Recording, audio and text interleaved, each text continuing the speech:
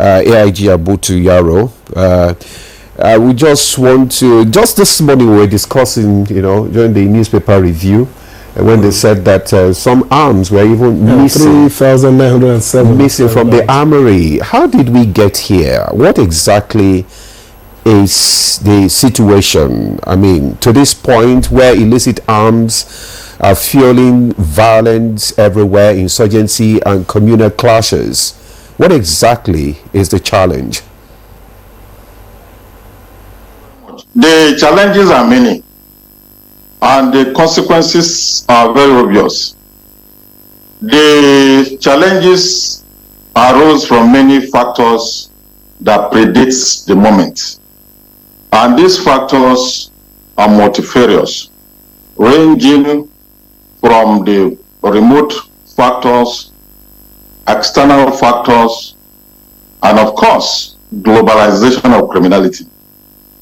And this is further compounded by the fact that our own operational area here is bedeviled by institutional weaknesses, paucity of capacity, and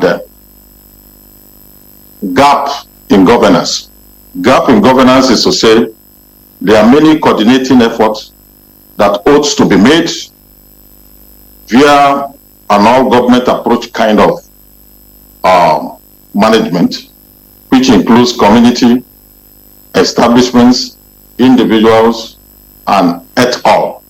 We have these obvious gaps, and this has led in many ways to the kind of contemporary problem of influx of arms. Remind you, we have a lot of borders line that are really unmanned. As I speak, Nigeria has 1,475 illegal borders. Of all these land borders of 1,475 illegal borders, only less than 90 that will have established border control posts.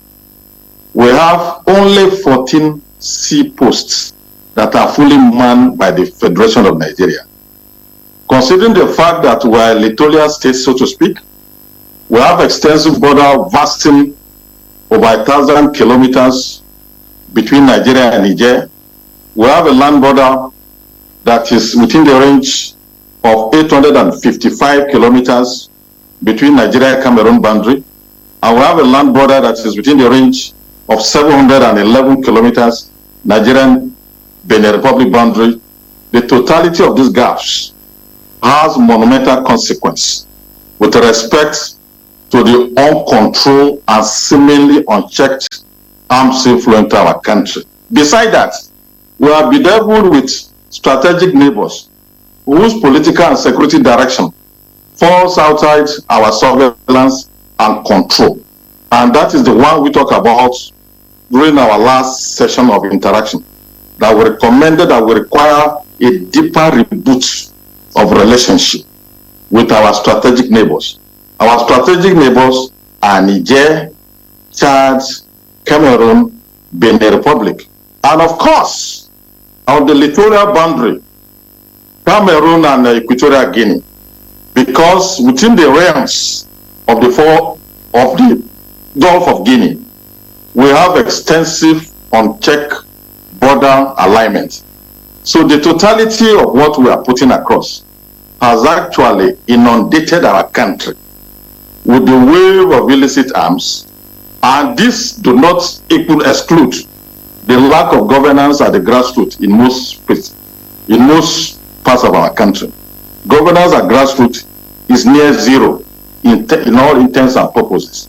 Most of the local governments you go, local government administrator stays in their state capital, villagers do not have any feeling of government presence, and beside that, we do things that tends to negate unanimity of cohesion, which in a way tend to exacerbate the need for persons and entities to look for succor in arms as a kind of protectionism.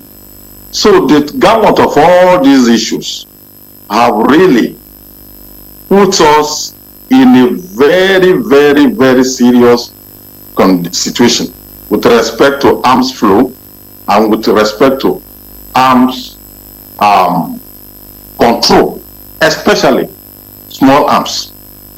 So we need to do more than we are doing.